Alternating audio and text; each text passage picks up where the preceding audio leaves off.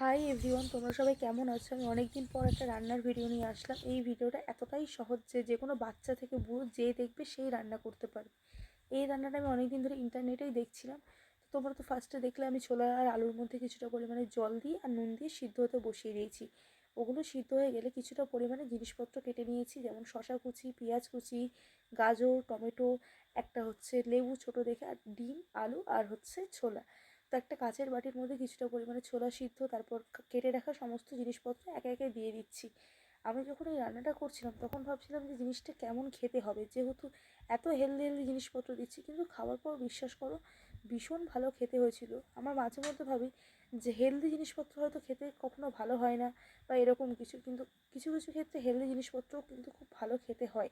তো সে যাই হোক, সমস্ত কিছু দিয়ে দেওয়ার পর এখানে কিছুটা পরিমাণে লেবুর রস দিয়েছি, তারপর দিয়েছি কিছুটা পরিমাণে বিট নুন। এখানে তোমরা চাইলে গোলমরিচের গুঁড়ো দিতে পারো, আমাদের বাড়িতে শেষ হয়ে গেছিলো, তো আমি সেই কারণের জন্য দিইনি।